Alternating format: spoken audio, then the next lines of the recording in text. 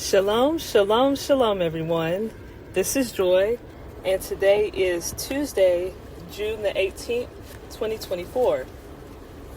And it's been a long time since I've done a recording, but I'm just thankful that I was able to come back today with a new lesson. So the title for today's lesson is Fowls of the Air, Vultures, Ravens, and the Birds. Okay? So let's start off this lesson with Revelation chapter 12, verse 12. And it reads, "Therefore rejoice, ye heavens, and ye that dwell in them. Woe to the inhabitants of the earth and of the sea, for the devil is come down unto you, having great wrath, because he knows that he has but a short time." All right, so the focus of that verse is going to be the devil, okay? And so I wanted to read that verse at the beginning of this lesson because we're going to come back to it at the very end, okay? So anyway, from there we're going to go to Job chapter 28. So let me go ahead and turn there.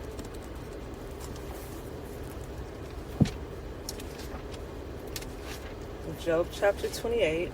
And we're going to look at verse 7 first. So Job 28 verse 7 reads, "Remember the commandments and bear no malice to your neighbor." Oh, I'm sorry. I accidentally turned to Ecclesiasticus. Let me go back. Sorry about that. I accidentally flipped over to the wrong tab. Okay. So Job chapter 28 verse 7 reads, "There is a path which no fowl knows, and which the vulture's eye has not seen." Okay. So just like our title, it mentioned the word fowl and the vultures, okay? And so basically that verse is saying that there's a path which no fowl knows and the vulture's eye has not seen, okay? All right, so now let's look at verse 11 and 12. And it reads, "He binds the floods from overflowing, and the thing that is hid brings he forth to light. But where shall wisdom be found? And where is the place of understanding?" Okay, so obviously he's speaking of Abba Yahuwah when he says that he binds the floods from overflowing. And then he mentions something interesting. He says the thing that is hid brings he forth to light. And then he asks a question, where is wisdom to be found and where is the place of understanding? All right, so let's go ahead and read down to verse 20 and 21, which reads, "Whence then comes wisdom?" Okay, so he's asking again, where is wisdom? "And where is the place of understanding? Seeing it is hidden from the eyes of all living and kept close from the fowls of the air." Okay? And then let's look at verse 28. "And unto man he said, Behold, the fear of Adonai, that is wisdom, and to depart from evil is understanding." Okay? So when I looked at all those verses together, if you look at the notes on the screen there, all the ones that I circled with a little cloud around it, so basically what I did was I connected those words. So when it says in verse 7, there's a path which no fowl knows and the vulture's eye has not seen, and this path is wisdom and understanding, okay? So this path is the path of wisdom and understanding, which is hidden from the eyes of all the living and kept close from the fowls of the air. Okay, and that was in verses 11 and 12 and verse 20 and 21. And then in verse 28 is where he said, "The fear of Yahuwah is wisdom, and to depart from evil is understanding." Okay, so basically from all those verses, what I saw was that the path which no fowl knows and no vulture's eye has seen, which is wisdom and understanding, is hidden from the eyes of all the living and kept close from the fowls of the air, which is wisdom and understanding, okay? So this path of wisdom and understanding is apparently hidden from the eyes of all living and from the fowls and the vultures, okay? Fowls of the air and the vultures. All right, so we're going to keep reading, and then I'll break down what the fowls of the air and the vultures and then also ravens and birds, what they represent later, okay? All right, so now let's look at Deuteronomy chapter 4, verse 5 through 6 real quick, just to clarify what this hidden path of wisdom and understanding is. Okay, so Deuteronomy chapter 4, verse 5 through 6 reads, "Behold, I have taught you commandments and judgments, even as Yahuwah Elohim commanded me, that ye should do so in the land whither ye go to possess it. And of course, this is Moses speaking, okay, to the children of Israel. And it says, verse 6, guard therefore and do them, meaning the commandments, for this is your wisdom and your understanding in the sight of the nations, which shall hear all these statutes and say, surely this great nation is a wise and understanding people. So from these verses, it mentioned twice that the commandments and the judgments that Moses was given from Abba Yahuwah to give to the children of Israel, that's what wisdom and understanding is. So if you go back to Job 28, where he says the fear of Yahuwah is wisdom and to depart from evil is understanding. So basically when you combine that with these verses, it's showing you that the fear of Yahuwah, which is wisdom, and to depart from evil is understanding, is keeping the commandments. Okay? I hope you see that connection, because he said in verse 6, guard therefore and do them, or in the King James Version it'll say keep therefore and do them, the commandments, for this, keeping the commandments, is your wisdom and your understanding. So when you keep the commandments of Abba Yahuwah, that equals you having the right and proper fear and reverence and respect for him, and that's how you depart from evil, which is understanding. Okay? All right, so I hope you see that. All right, so now we're going to look at Jubilees chapter 10. So let's turn there. So now that you know that this hidden path, which is wisdom and understanding, which is keeping the commandments, now we're going to define who the fowls of the air are. Okay, so let's look at that, because it said that it's hidden or kept close from the fowls of the air, right? This path of wisdom and understanding, which is the commandments, keeping the commandments, or Torah. Okay, so Jubilees chapter 10. Let me turn there. Sorry about that. Okay. So Jubilees chapter 10, verse 1 through 14 reads, and in the third week of this Jubilee, the unclean devils began to lead astray the children of the sons of Noah, and to make to err and destroy them. And the sons of Noah came to Noah their father, and they told him concerning the devils, which were leading astray and blinding and slaying his sons. And he prayed before Yahuwah Elohim and said, Elohim of the Ruachoth, or Ruachoth, and Ruachoth means spirits. Okay, so I'll just go ahead and say the word spirits since we're more familiar with that, but the word Ruach means spirit. Okay, Ruach is the Hebrew word for spirit, but I'll say spirits. Okay, so again, verse 3. So Noah prays to Elohim and says, Elohim of the spirits of all flesh, who has shown mercy unto me, and has saved me and my sons from the waters of the flood, and has not caused me to perish as you did the sons of perdition. Okay, and remember that, sons of perdition, that's going to be key later on when we get into the book of Enoch. Okay, all right, so it says, he has not caused me to perish as you did the sons of perdition, for your grace has been great towards me, and great has been your mercy to my soul. Let your grace be lifted up upon my sons, and let not wicked spirits rule over them, lest they should destroy them from the earth. But do you bless me and my sons, that we may increase and multiply and replenish the earth. And you know how your watchers, the fathers of these spirits, acted in my day.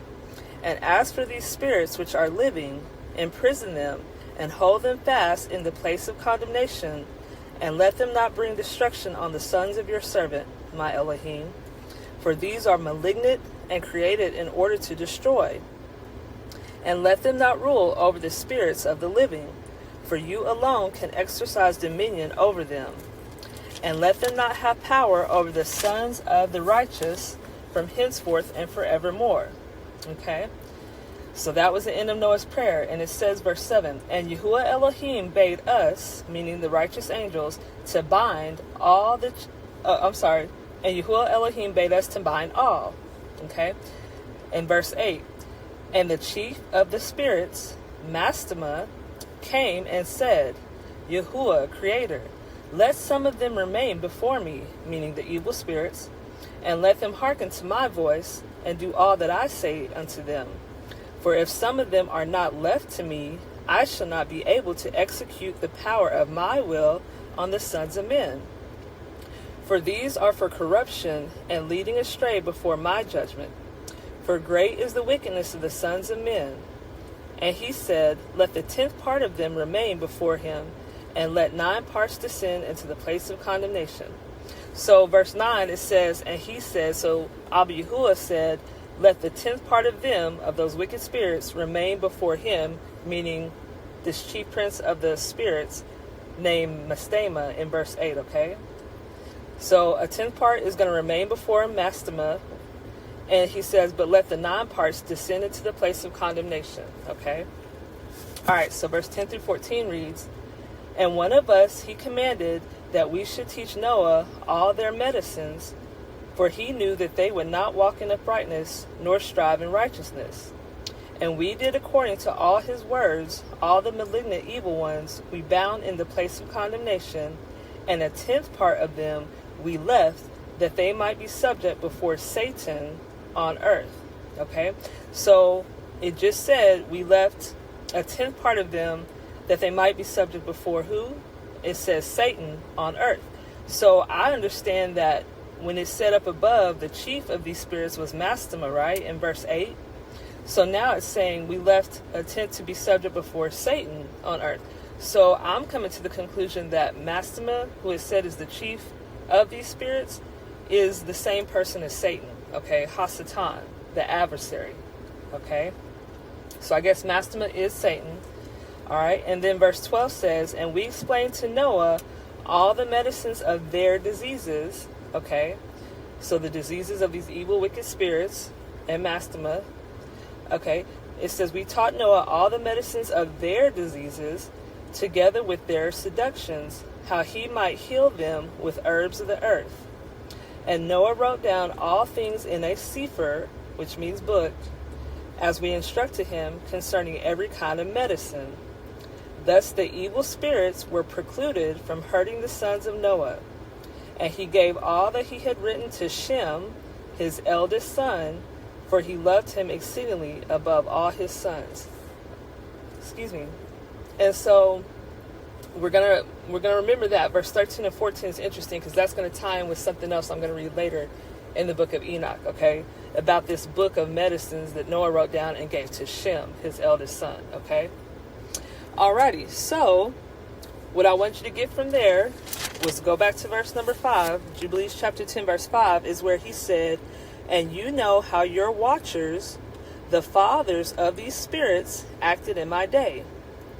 So from verse 5, I put on the notes there, I said the watchers, which are the fathers of these spirits, or ruachoths, are the fowls of the air. Okay? So whenever you see fowls of the air written in scriptures, just know that the fowls of the air are the watchers, who were those fallen angels that came to earth. And they are the fathers of those evil spirits, okay? Because those watchers are the ones who came down and mated with human women, you know, and they sinned doing that because they weren't supposed to do that. And so when they had those children, they had, and let me slow down because I don't want to give out the other word that I'm coming to next. But basically, these watchers are the fathers of those evil spirits, okay? Okay, so now let's turn to 1 Baruch chapter 3. And I'm in my truck, so if you keep hearing banging noises, my arm keeps hitting the side of where the seatbelt is, so I apologize for all that noise in the background. But anyway, okay, so 1 Baruch chapter 3, and let's turn to verse 26 through 28.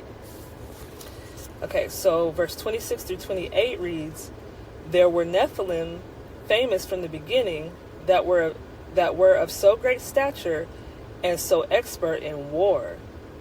Those did not Yahuwah choose, neither gave he the way of knowledge unto them. But they were destroyed because they had no wisdom. Okay, remember our definition of wisdom above? It's the commandments, which is the laws, and the judgment statutes, which is Torah. Okay, so these Nephilim, it said they perished because they had no wisdom, and they perished through their own foolishness. Okay, all right, so that's going to be important to remember that. Okay, so from this verse, when we see the word Nephilim, there's a footnote. It says number 608 in this book that I'm reading from. It's the Sefer book. All right. And so when you look at the footnote below, it says 608. It says in Hebrew, this word Nephilim means the offspring of the fallen watchers or angels. Okay. So just like in the verse we read above in Jubilees chapter 10, verse 5, when Noah said, you know how those watchers acted, the fathers of these spirits acted in my day. Well, now it's telling you in Baruch that the Nephilim are the children of those watchers, okay? That's who the Nephilim are. And it said they were famous from the beginning, and they were of great stature, and so expert in war, okay? So those are two main things that we need to remember when we go further. They were in great stature, so you could say they were very tall or in great in height, and they were expert in war, okay? All right. Now, let's turn to Enoch. Let's see. And I like reading from the R.H. Charles version better because that's the book of Enoch that I got first before I got the Sefer. And so I'm used to how he wrote his chapters and stuff, because sometimes different books of Enoch's, their chapter counts are different. So I'm used to R.H. Charles's version. So let me turn to Enoch chapter 106 real quick. Okay. And we're going to look at verse 17 and see what Enoch says there. Okay. All right, so Enoch chapter 106, verse 17 reads, and when it says they, it's speaking of the watchers, okay, the angels, the fallen angels. It says, and they shall produce on the earth giants, not according to the spirit, but according to the flesh. And there shall be a great punishment on the earth, and the earth shall be cleansed from all impurity. Okay, so this gives us more definition of who the Nephilim were. It just said that the watchers, which were the fathers of those spirits, they produced these giants on the earth, okay, which are the Nephilim that we just read about in Baruch chapter 3, verse 26 through 28. So the Nephilim, and when you look up the word Nephilim, it does mean giants, okay? So those watchers who were the fathers, they produced those giants on the earth. And it says, not according to the spirit, but according to the flesh. Okay? Now, I didn't write in the notes, but if you look at John chapter 3, verse 6, that's where Yahushua told Nicodemus, that which is born of the spirit is spirit, and that which is born of the flesh is flesh. Okay? So, and remember, we just read that Yahuwah didn't choose them because they were born of the flesh, basically, and they had no wisdom. So that's why they weren't born in the spirit, because they couldn't obtain wisdom. Okay? And that's why they were destroyed. And in verse 17 it says, and the earth shall be cleansed from all impurity. So they were considered impure beings or creatures, okay? So that's why they got destroyed. Alrighty, now, if you want more details of the whole situation of the fallen angels coming to earth and mating with the women, the daughters of men, you can look up Enoch chapter 6, verse 1 through 8, chapter 7, verse 1 through 6, chapter 8, verses 1 through 2, chapter 9, verse 1 through 11, and chapter 10, verse 1 through 21. Okay? Now, I'm not going to read all of that, but I did specify specific verses that fit in with what I'm reading right now. So let me go ahead and turn to Enoch chapter 6. No, I'm sorry, Enoch chapter 7. So let's look at that real quick. Let's see. This is just going to give us a little bit more detail about who the Nephilim giants are, okay?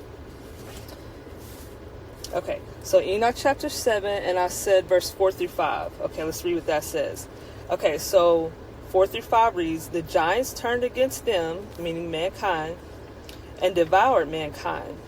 And they began to sin against birds and beasts and reptiles and fish, and to devour one another's flesh and drink the blood.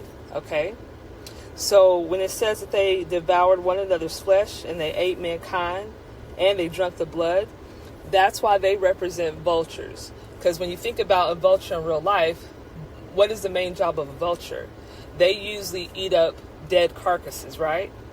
And remember the verses we read above, there was a verse where it said, when Noah was praying to Yah to protect him and his sons against those evil spirits, he said, you destroyed the ones who were, I forgot how it said it. Let me see if I can go back and find it. But basically, it was talking about the mankind who were corrupt, basically. I think it was Jubilees chapter 10. Let me see if I can go back and find it real quick, because I told you to remember that. And so that's why I said the vultures represents the Nephilim giants, because it said that they not only ate men, like once they couldn't consume enough food, they started turning on mankind to eat them. And then it said they sinned against the birds, the reptiles, and all that kind of stuff, the fish. And then once that wasn't enough, then they started devouring each other, right? And eat the blood. Okay, so there it is. So when you look back at Jubilees chapter 10 and verse 3, he says, it says, the Elohim of the spirits of all flesh, who has shown mercy unto me, and has saved me and my sons from the waters of the flood, and has not caused me to perish as you did the sons of perdition. Okay, so those people that the giants were eating up and devouring and destroying, those were sons of perdition, okay? Because obviously if they were following Abihu and keeping his commandments, they would have been saved on the ark with Noah and his sons, right? But they weren't. We know that everyone got destroyed and wiped out. So obviously the ones who had those Nephilim giants, the women, and then all the other people that lived amongst them, they were considered sons of perdition. So that's why they all got destroyed, okay? So I just want to point that out because I thought that was interesting. Alrighty. And then let's see here. I did say Enoch chapter 9 verse 9, so let me see what that says. Okay, so Enoch chapter 9 verse 9 says, and the women have borne giants. Okay, so this is speaking of the Nephilim again, the giants. And the whole earth has thereby been filled with blood and unrighteousness. So that's why they're the sons of perdition, okay? Alrighty, and then let's look at chapter 10, verse... Okay, let me see. I have verse 15 first, so let's read that. So Enoch chapter 10, verse 15 reads, so this is Abba Yahuwah, and this is his proclamation against the watchers and the giants. And he says, and destroy all the spirits of the reprobate and the children of the watchers, because they have wronged mankind. And it says, destroy all wrong from the face of the earth, and let every evil work come to an end, and let the plant of righteousness and truth appear. Okay? So basically he's just saying to go ahead and destroy all the spirits of those reprobates and the children of the watchers. Okay? And then let's look at verse 9. So Enoch chapter 10 verse 9 reads, and to Gabriel said Yahuwah, proceed against the bastards, okay, that's the illegitimate child, and the reprobates, those fallen angels who didn't keep their first estate, and against the children of fornication. So that could either be the giants again, or that could just be humans that have been committing sins, like fornicating and living a lifestyle that's not pleasing to Abba Yahuwah, okay? So, and against the children of fornication, and destroy the children of fornication and the children of the watchers from amongst men, and cause them to go forth. Send them one against the other, that they may destroy each other in battle. For length of days shall they not have. Okay? So I just want to give you that information there to show you that's why the giants and the children of fornication, the sons of perdition, all got destroyed in the flood. Okay? All right. Now, something else that I saw was interesting. So if you read Enoch chapter 10, verse 6 and 7, it reads, and on the day of the great judgment, so that day of great judgment, he's talking about the flood, okay? So on the day of the great judgment, he shall be cast into the fire. Oh, I'm sorry. I stand corrected. I was thinking of speaking of the flood, but he's talking about the actual day of judgment. So that's the second destruction of fire. I'm sorry. I'll stand corrected. So he's talking about on judgment day, it says he shall be cast into the fire, okay?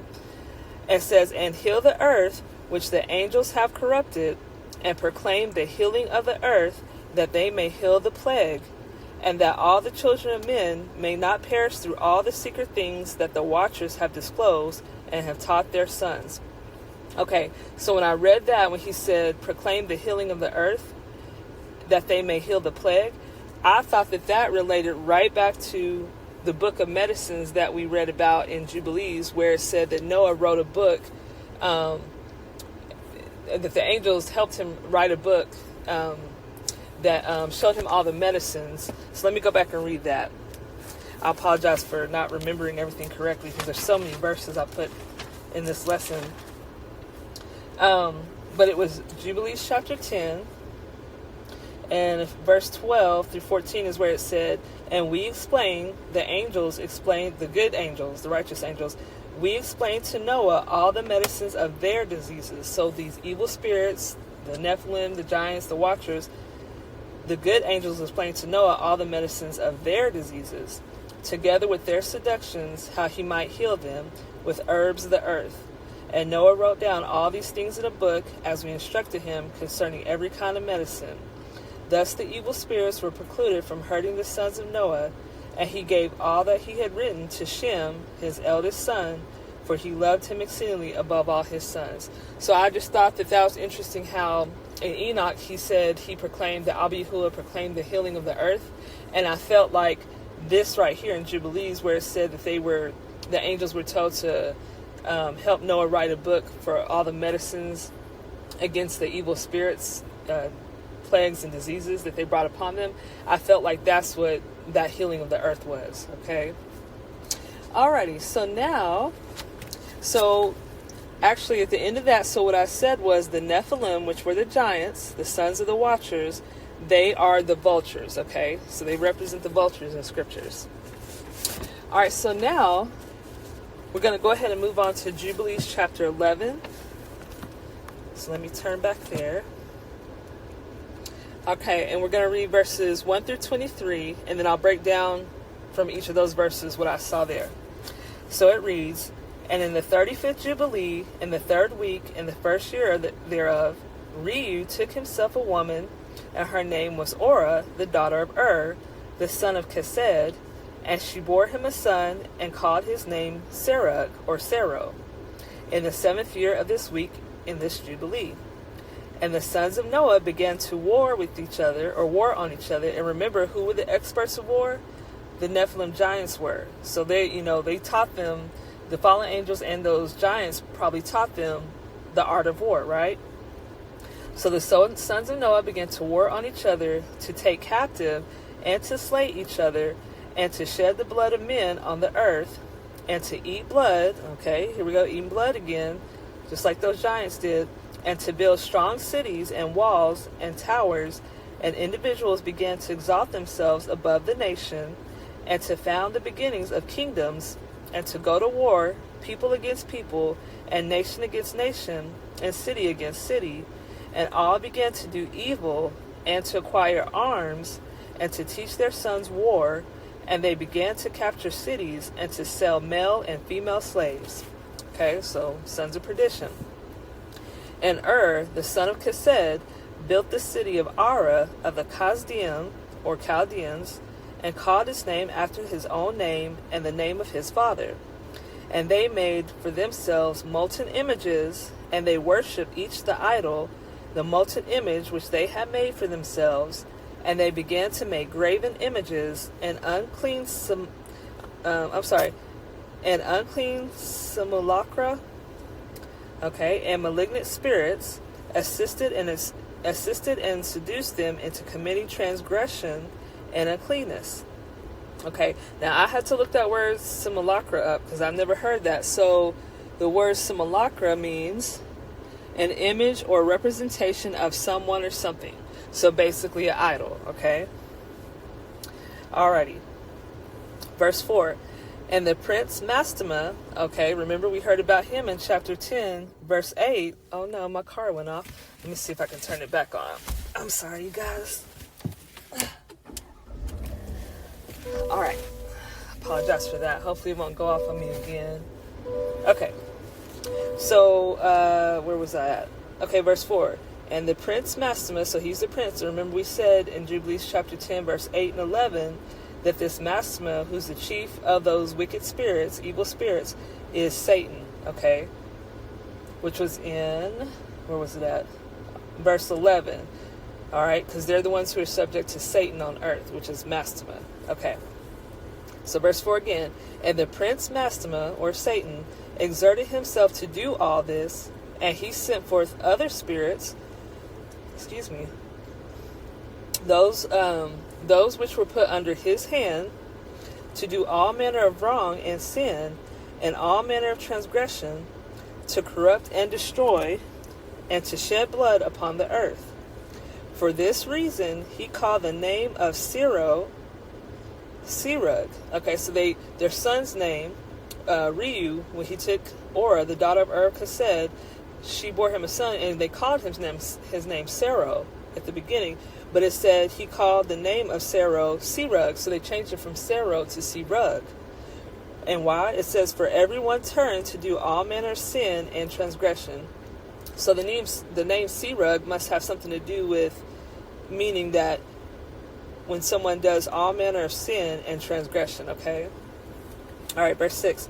And he grew up, so Serug, which is now Serug, it says he grew up and dwelt in Ur of the Chaldean, or Ur of the Chaldees, near to the father of his woman's mother, and he worshipped idols. And he took to himself a woman in the 36th Jubilee, in the 5th week, in the 1st year thereof.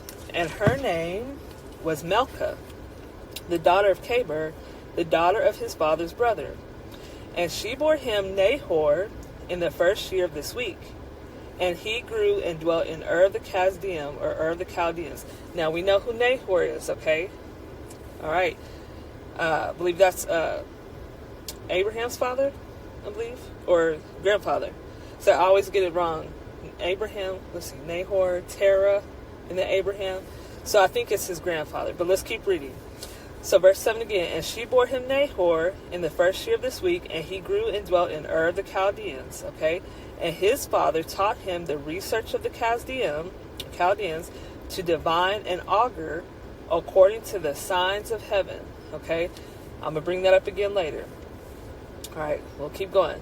And in the 37th Jubilee, in the 6th week, in the 1st year thereof, he took to himself a woman, and her name was Iaska, the daughter of Nesteg of Chaldean. And she bore him Terah. Okay, yes. So that's right. So Nahor is Abraham's grandfather. Okay. So she bore him Terah, because Terah is Abraham's father, in the 7th year of this week. And the prince Mastema, here he is again, here comes Satan, sent ravens and birds. Okay. We're good. So now we're starting to talk about these ravens and birds. So Satan brought these ravens and birds to devour the seed which was sown in the land, in order to destroy the land and rob the children of men of their labors. Before they could plow in the seed, the ravens picked it from the surface of the ground. And for this reason he called his name Terah, because the ravens and the birds reduced them to destitution and devoured their seed. So obviously Terah's name has something to do with destitution and the seed being devoured, okay? Okay, verse 12. And the years began to be barren owing to the birds, okay? And they devoured all the fruit of the trees from the tree. Yeah, all the fruit of the trees from the trees. It was only with great effort that they could save a little of all the fruit of the earth in their days. That's a shame. Okay, verse 13. And in this 39th Jubilee, in the 2nd week, in the 1st year, Terah took to himself a woman, and her name was Edna, the daughter of Avram, the daughter of his father's sister. And in the 7th year of this week, she bore him a son, and he called his name Avram. So Avram is who we know as Abram, okay, who becomes Abraham. So Avram is Abram, okay. All right, so it says he called his name Avram, or Abram, by the name of the father of his mother, for he had died before his daughter had conceived a son. And the child began to understand the errors of the earth, that all went astray after graven images, just like I said earlier, and after uncleanness. And his father taught him writing, and he was 2 weeks of years old, and he separated himself from his father, that he might not worship idols with him. Okay? And he began to pray to the Creator of all things, that's the Most High, Abba Yahuwah, that he might save him from the errors of the children of men, and that his portion should not fall into error after uncleanness and vileness. And the seed time came for the sowing of the seed upon the land, and they all went forth together to protect their seed against the ravens. And Abram went forth with those that went, and the child was a lad of 14 years. Okay, so he was only 14 years old. And a cloud of ravens came to devour the seed, and Abram ran to meet them before they settled on the ground, and cried to them before they settled on the ground to devour the seed, and said, Descend not, return to the place whence ye came. And they proceeded to turn back. And he caused the cloud of ravens to turn back that day 70 times. Wow, 70. That's interesting, right? 70 times 7? Okay, and all of the ravens throughout all the land where Abram was, there settled there not so much as one. So because of Abraham's efforts and crying out against those cloud of ravens, they didn't come back, not even one. Okay, verse 20. And all who were with him throughout all the land saw him cry out. Okay, that's significant, cry out, right? And all the ravens turned back. So when you cry out, those ravens will turn back, right? And his name became great in all the land of Kasdim, or the Chaldeans. And there came to him this year all those that wished to sow, and he went with them until the time of sowing ceased. And they sold their land, and that year they brought enough grain home and eat, and were satisfied. Okay? All right, verse 22 through 23. And in the first year of the 5th week, Abram taught those who had made implements for oxen, the artificers in wood, and they made a vessel above the ground, facing the frame of the plow, in order to put the seed thereon, and the seed fell down therefrom upon the share of the plow, and was hidden in the earth. Okay? So remember at the beginning we were talking about this hidden path, and it's just now saying that Abram taught the plowers and sowers how to put the seed in the earth so that it would be hidden, right? Okay. And they no longer fear the ravens. Hallelujah. Okay. So once they follow the orders of Abraham, how to hide that seed in the earth, then that's when they no longer fear the ravens. Okay. That's very significant. Okay. Verse 23. And after this manner, they made vessels above the ground on all the frames of the plows. And they sowed and tilled all the land according as Abram commanded them, and they no longer feared the birds. So they no longer fear the ravens or the birds, okay? And so that's what these unclean simulacras and malignant spirits represent. They are those ravens and birds, okay? All right, so let's see. So the main thing that I want you to see from all those verses was verse 3, when it said it was talking about the unclean simulacra, which was the image or representation of someone or something, so basically an idol, and the malignant spirits. It said that in verse 10 and 12, they devoured the seed that was sown in the land, and they robbed children of men of their labors. And then in verse 17 through 20, verse 18, it said, Abraham cried out against the ravens. And then in verse 22, it says, and taught the sowers how to hide the seed in the earth. And then once he did that, it says they no longer feared the birds, okay? So I just thought that was very interesting to see that. Okay, so now, let me switch gears real quick and go back to my book of Enoch, because I want to confirm to you. Sorry about that, I lost my other book. So let me turn to Enoch chapter 15, because I'm going to confirm to you that who these raven and birds represent. Okay. Excuse me. Okay, so let's look at Enoch chapter 15, verse 1 through 11, and it reads, And he, Abba Yahuwah, answered and said to me, Enoch, and I heard his voice, Fear not, Enoch, thou righteous man, and scribe of righteousness, approach hither and hear my voice, and go, say to the watchers of heaven, and remember the watchers are the fathers of those Nephilim giants. It says, Go, say to the watchers of heaven, who have sent thee to intercede for them, you should intercede for men, and not men for you. Wherefore have you left the high and holy and eternal heaven, and lain with women, and defiled yourselves with the daughters of men, and taken to yourselves wives, and done like the children of earth, and begotten giants as your sons? And though ye were holy, spiritual, living the eternal life, You have defiled yourselves with the blood of women, and have begotten children with the blood of flesh, and as the children of men have lusted after flesh and blood, as those also who do die and perish. Okay? Therefore have I given them wives also, that they might impregnate them and beget children by them, that thus nothing might be wanting to them on earth. But you were formerly spiritual, living the eternal life, and immortal for all generations of the world. And therefore I have not appointed wives for you. For as for the spiritual ones of the heaven, in heaven is their dwelling. And now the giants who are produced from the spirits and flesh shall be called evil spirits. Okay? That's what we're just now talking about in Jubilees chapter 11, verse 3. Those unclean simulacras and malignant spirits, that's who these evil spirits are, okay? So verse 8 again.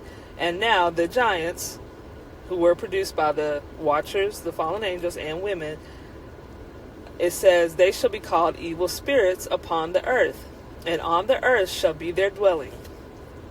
Evil spirits have proceeded from their bodies, because they are born from men, and from the holy watchers is their beginning and primal origin. They shall be evil spirits on earth, and evil spirits shall they be called. As for the spirits of heaven, in heaven is their dwelling.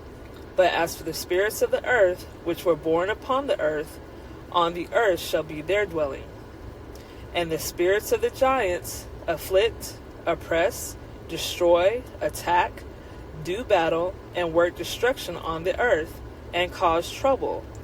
They take no food, but nevertheless hunger and thirst, and cause offenses. And these spirits shall rise up against the children of men and against the women, because they have proceeded from them. Okay? So I wanted to show you that these spirits that were leading the sons of Noah astray, these are those evil spirits that came from those giants. So when those giants were destroyed, their spirits came out of them, and Yah said that they would be called evil spirits on the earth. So these are those evil spirits that are afflicting people even to this day. Okay? Some people call them demons, but they're one and the same thing. Demons, evil spirits, they all come from those Nephilim giants that were produced from the watchers, the angels that fell from heaven, and human women on earth. Okay? All right. So I just wanted to show you that those unclean spirits, which now we know are evil spirits, they are the ones that are represented by the ravens and the birds. Okay? All right. I think we made our point clear there. So let's move on to Genesis chapter 15. I'm probably not going to read all this. Let's see. Let's try to see how far I've been. Okay, yeah. I won't read all that, but let's look at Genesis chapter 15, verse 11. So let me turn there real quick. Sorry, I hit the seatbelt again. Okay, so Genesis chapter 15, verse 1 through 21. This chapter is when Abraham had that vision. He fell into sleep, and that night vision came upon him, and this is when Abihu was making that covenant with him. Okay, so if you recall that, if you look at verse 11, this is where it says, and when the fowls came down upon the carcasses, Abram drove them away. And the reason why I pointed that out is because it uses that same phrase, the fowls came down upon the carcasses, and Abram drove them away. So I thought that was interesting to see that even in this case, you still have fowls trying to come down to devour those animals that were used as a covenant. Because remember, Yahuwah told Abraham to cut all those different animals he told him to use for the covenant. He said, cut them in half and lay one on one side and one on the other. And it said that those fowls came down to devour the carcasses. So they were trying to destroy that covenant, right? But it says Abram drove them away. So I just wanted to show you that here's another occasion where Abram drove those fowls away, okay? Just like we saw before. Alrighty, and then, let's see. Now, let's turn to Luke chapter 8. So we turn there real quick. Luke chapter 8. Okay, and again, I don't have time to read it all. So basically, this is the parable of the sower. So most people know this. So if you don't, go ahead and read all of Luke chapter 8, verse 4 through 15. But let's look at verses 5 and 12 specifically. Okay? So verse 5 says, a sower went out to sow his seed, and as he sowed, some fell by the wayside, and it was trodden down, and the fowls of the air devoured it. So here's another example of those fowls of the air. And remember, we said the fowls of the air was the watchers, okay, who were the fathers of the giants, the Nephilim, who turned into evil spirits on earth, okay? So these fowls of the air are always, trying to do stuff, destroy things, right? All right, so it says that the sower sowed his seed, and as some fell by the wayside, it was trodden down, and the fowls of the air devoured it, okay? So that's your example of the watchers again. Okay. Now let's look at verse 12. All right. So it says, those by the wayside, so we're speaking the same group of people, those by the wayside are they that hear. Then comes the devil, okay? So first we were talking about fowls of the air, and we said that those are the watchers, right? Now it says, then comes the devil and takes away the word out of their hearts, lest they should believe and be saved. And remember, we saw in Jubilees chapter 10, and I think it was verses 8 and 12, it talked about Mastema, and it said that he was the chief prince over the fowls of the air, or in the evil spirits in Ruachs, the evil spirits. So when it says, then comes the devil, so fowls of the air, he's also included in that group of fowls of the air. So it could either be directly Mastema, the chief prince, or Satan himself, or it could be the watchers, okay? So I just wanted to point that out, because it mentioned, in the earlier verse, it mentioned the fowls of the air devoured it, and then in this verse it says, then comes the devil. So they're all considered adversaries, but it could either be a combination of all those, either the chief prince, Satan, the watchers themselves, the fallen angels, or it could be the evil spirits that came from the watchers, okay? Alrighty, so yeah, and that's what I was trying to show below. So if you look at Jubilees chapter 10, verse 1 through 2, that it calls them unclean devils. Then in Jubilees 10:3, it says it called them wicked spirits. In verse 8 is where it called it, or mentioned Mastema, the chief prince of the spirits. And then in Jubilees 10, verse 11, it's called him Satan. And they're all the adversary, okay?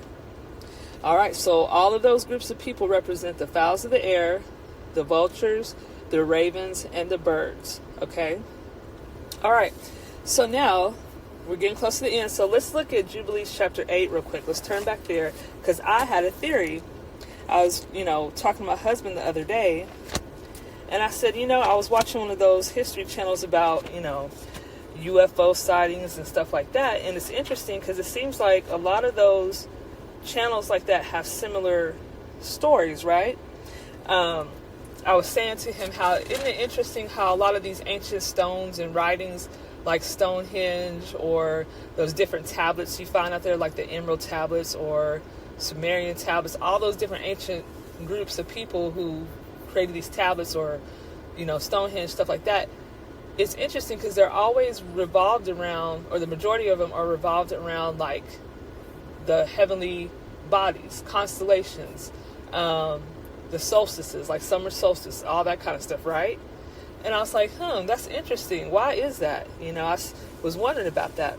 So let's look at Jubilees chapter 8, and let's read verse 1 through 4. And it reads, in the 29th Jubilee, in the first week, in the beginning thereof, Arphaxad took to himself a woman, and her name was Rezuiah, the daughter of Shushan, the daughter of Elam. And she bore him a son in the 3rd year in this week, and he called his name Canaan. And the son grew, and his father taught him writing, and he went to seek for himself a place where he might seize for himself a city. And he found a writing from former generations, and he found a writing which former generations had carved on the rock, and he read what was thereon, and he transcribed it, and sinned owing to it. For it contained the teaching of the watchers. Who are the watchers? It's those fallen angels, the fathers of the giants.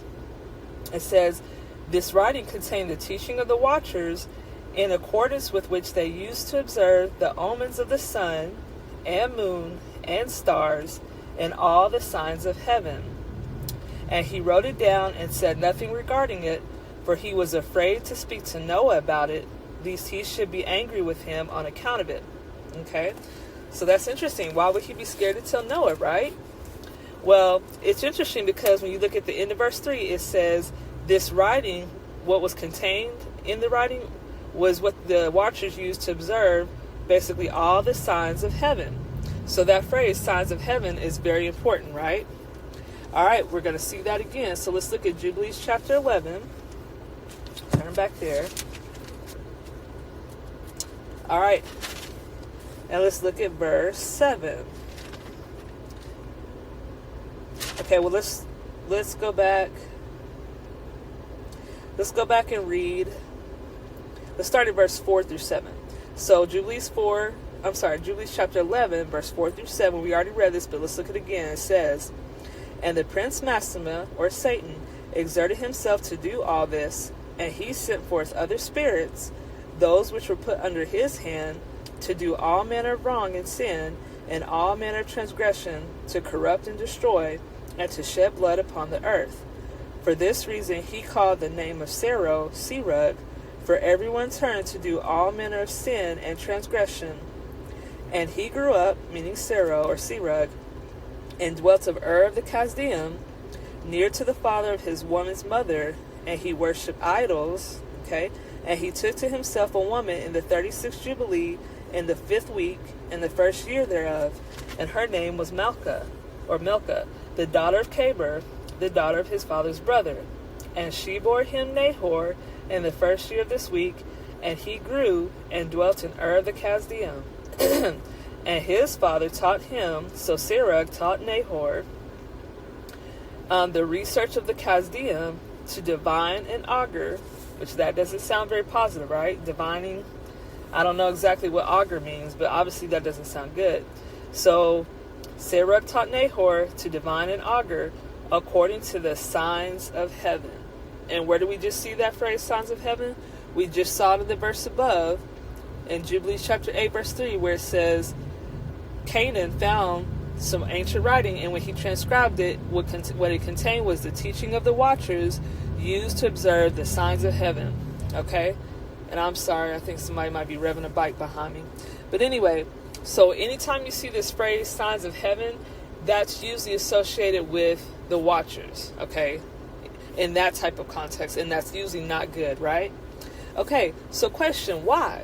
Why were all these ancient cultures, all these ancient people who wrote these stuff down on, tablets or stones or walls, carvings that sometimes they'll have images where they're visited by different entities, if you will, and they teach them stuff, right? So it's like, why? Why were they all obsessed with the same stuff, these signs of heaven stuff, right? Well, it goes back to the very first verse that we read in Revelation 12:12. This is my theory. So Revelation 12:12 says, "Therefore rejoice, ye heavens, and ye that dwell in them. Woe to the inhabitants of the earth and of the sea." And that's interesting because the other day when I was watching this show about UFOs, people were saying that, obviously we see UFOs in the sky, right? Some people say they've seen them come up out the water, right? Out of the ocean. So doesn't that fit exactly what he just said? Woe to you who live on the earth and of the sea. For the devil, okay, Mastema, Satan, for the devil is come down unto you, having great wrath. And why? It's because he knows that he has but a short time. Okay, so that's my theory of why all these different ancient nations and their writings and stuff, tablets, stones, monuments that they raise up, all that stuff is always revolved around the signs of heaven. And it's because the devil, who's the chief prince of all those watchers and evil spirits, has come down to heaven. He's been kicked out, and he knows now that he has a short time. So I think that's why they're always obsessed with time, right? In the signs of heaven. What time is it? All that kind of stuff. All right, so now let's look at Enoch chapter 16 real quick. I'm almost done. Okay. Enoch chapter 16, verse 2 through 4, and it reads, "And now, as to the watchers who have sent thee to intercede for them, who had been aforetime in heaven, say to them, You have been in heaven, but all the mysteries had not yet been revealed to you. Okay? And you knew worthless ones. And these, in the hardness of your hearts, you have made known to the women. And through these mysteries, women and men work much evil on earth. Say to them, therefore, ye have no peace, or you have no peace. So what we just read, I feel like confirms my theory that, excuse me, all these ancient nations with their writings and stuff, tablets and stones, all these so-called mysteries that were revealed to them from these entities or extraterrestrials that have come to them from other faraway places of the heavens, what Yahuwah calls it, he said that these are worthless mysteries, okay? Verse 3, you have been in heaven, these fallen angels or watchers, but all the mysteries had not yet been revealed to you. So they know these things do line up precisely, like the Stonehenge and the summer solstices. Yeah, they can line up exactly with what they pointed to, because they know these things. They were taught these things before they came to earth, right? Before they sinned. But Yahuwah says, you knew worthless ones, and these in the hardness of your hearts you have made known to the women. And through these mysteries, women and men work much evil on earth. So even though they believe these were mysteries, and they taught them to the humans on earth, to the women, and then because of those things that they taught mankind, it caused men and women to sin. So even though they thought these were great mysteries, according to Abba Yahuwah, they're actually worthless ones.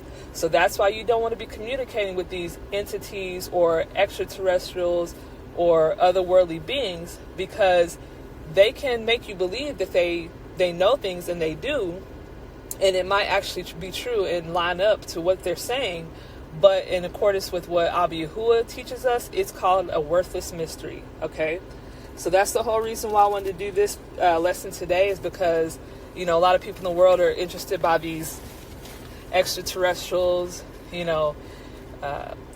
aliens, if you will, which are really, either fallen angels or demons or these evil spirits that came out from the watchers, right? So those people, you don't want to be communicating with them, because they don't know anything of Abba Yahuwah's true mysteries, right? Because earlier we read the verse where it said it's hidden and kept close from them. So they don't have true knowledge and wisdom, and that's exactly why they got destroyed, and that they will be destroyed, on that great day of judgment in the end. All right, so in conclusion, let's look at Luke chapter 8, verse 9 and 10 real quick. So if it's hidden from these watchers, fallen angels, evil spirits, who knows the hidden path, or who can know the hidden path, right? So let's find out. Luke chapter 8, verse 9 through 10 reads, and this is Yahushua speaking, and it says, and his Talmudim, or his disciples, asked him, saying, what might this parable be? And he says, unto you it is given to know the mysteries of the kingdom of Yahuwah, or Elohim, but to others in parables. Okay? Excuse me. And so that was at the end of the parable of the sower. So after he gave that parable of the sower, when his disciples asked, what does this parable mean? He said, before he gave them the interpretation, he said, to you, his disciples, it is given to know the mysteries of Yahuwah, or the mysteries of the kingdom of Elohim, or of Yahuwah. So those are the ones who have the ability to find this hidden path, but you can't find it unless you're looking for it, okay? So you have to diligently search the scriptures, and when you do that, and when you keep Abba Yahuwah's commandments, that's when you'll find this hidden path, okay? And then the very last verse I want to read is going to come from the book of Gad the Seer. So let me turn there. Okay, so Gad the Seer chapter 12. And my car might turn off again here in a second, because it's going to time out on me. Okay, let's see. Yep, there it goes. But that's okay, I'm almost done. Alright, so Gad the Seer chapter 12, verse 14 through 17 reads, cling only to your Elohim, for only he can be your avenger and fortress. Only he can defeat your spiritual enemies and physical enemies, and put them under your feet. Only he can bring you into the new Jerusalem of the future, where you will see him face to face, and be in the presence of the living Elohim that is seen face to face. And you are one people. If you grow in belief, you will be filled with the gates of intelligence. Okay? So, gates of intelligence, that is what this hidden path is. The more you study the scriptures, and the more you believe them, and the more you keep his commandments, his laws, his statutes, his Torah, which is the gift of his Holy Spirit to you, when you keep his word, that's when you'll be able to approach these gates of intelligence, and he'll open your understanding, and you'll be able to connect all these verses and scriptures just like I did tonight, showing you what the fowls of the air, the vultures, the ravens, and the birds represent. And it showed you how this path of truth, the gates of intelligence, is hidden from them. It's kept close from them because they're considered unclean or impure spirits. Okay, and they don't have a way of salvation, but you can. Okay, so just want to thank Abba Yahuwah so much for him giving this opportunity to us to be, have the opportunity to be saved and be called his sons. And thank you so much for revealing your truth to us so that way we can get saved and be part of your kingdom. So we just love you so much. Thank you, Abba Yahuwah, for all your many blessings. And I pray that you'll continue to lead us and guide us in the truth so that way we can draw closer to you and be a part of your family. So thank you, Abba Yahuwah. Thank you, everyone, for listening. And I hope you have a wonderful rest of the evening. Thank you. Shalom.